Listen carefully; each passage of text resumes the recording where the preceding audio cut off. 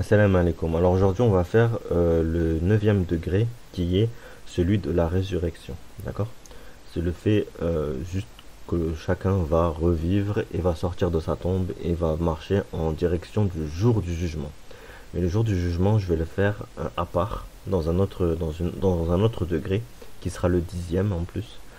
Parce que vraiment, je trouve que les deux ne sont pas. Les deux forment un ensemble, ils sont super proches, mais ils ne sont pas pareils, d'accord? L'un suit l'autre, d'accord? Et du coup, beaucoup d'épreuves attendent les musulmans durant cette période, hein. Euh, et certains seront sous l'ombre de Allah, d'accord? Allah va leur mettre de l'ombre parmi cette personne. Je crois de mémoire, désolé, je fais ça de mémoire, hein, mais j'invite les gens du coup à chercher, hein, par eux-mêmes.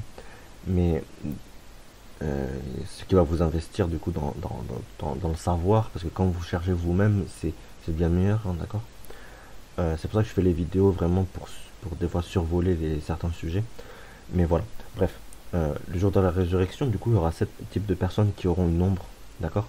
Celui qui aura repoussé les avances d'une femme, par exemple, une femme riche, apparemment. Je crois que c'est ça le terme.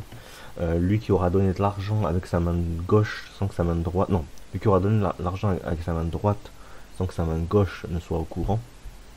Celui qui aura fait que du bien. Celui qui. Enfin bref, il y a plusieurs. Il y a plusieurs petits, petites choses qui vous permettront justement de ne pas avoir ce soleil parce que à ce moment-là, l'enfer sera rapproché de la terre et ainsi en fait il fera très très chaud, d'accord, très très chaud.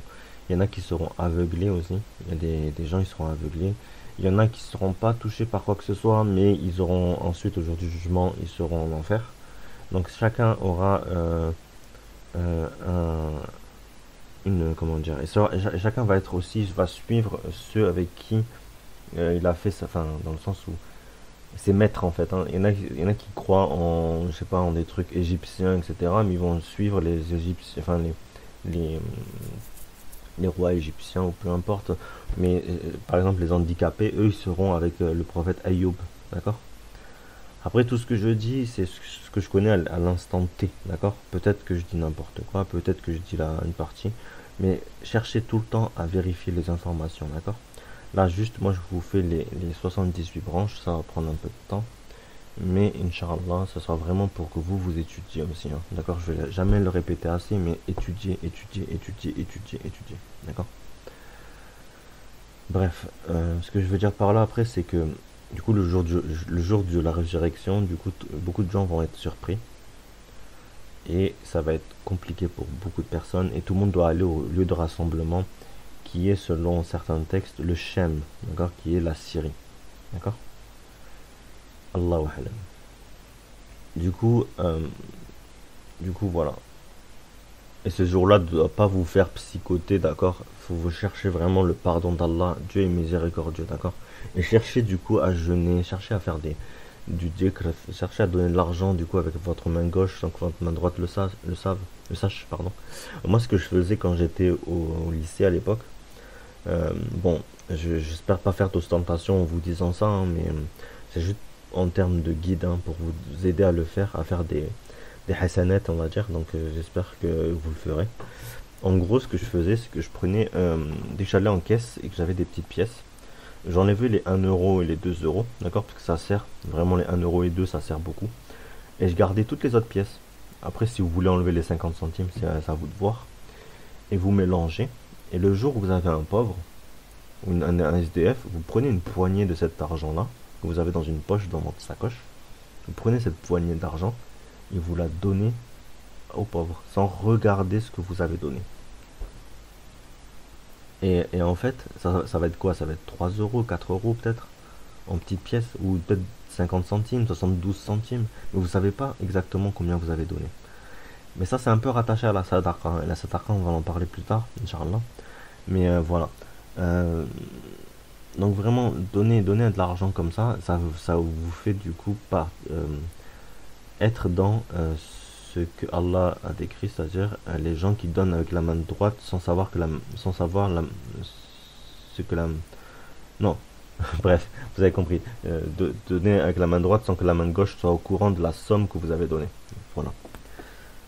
Parce qu'en général, on compte avec les deux mains aussi. Hein, d'accord. Il y en a qui comptent avec les deux mains. C'est-à-dire qu'ils sachent, ils font 1, 2, 3, 4. Enfin, je sais pas, là je suis en train de décrire, mais j'espère que vous comprenez la description. Donc, chacun compte. Enfin, vous avez besoin de deux mains pour compter l'argent que vous avez, en général.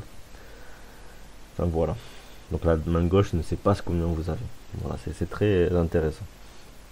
Donc voilà, donc n'hésitez pas du coup à vous renseigner sur le jour de la résurrection. C'est vraiment un jour où il faudra être fort. Donc voilà. J'espère que ça vous aura plu et n'hésitez pas du coup, comme je vous le dis, à vous informer par vous-même et à apprendre par vous-même. Et c'est très important, d'accord. Moi je vous donne des pistes, mais vous prenez les pistes, vérifiez les pistes, vérifiez et continuez à apprendre, apprendre et assimiler ce que vous avez appris, Inch'Allah. Et le truc de l'argent, c'est très important. En fait, la sadaqa, ça éteint le feu de l'enfer. Ça éteint la colère d'Allah sur vous. Donc faites-le, d'accord. Allez, slama.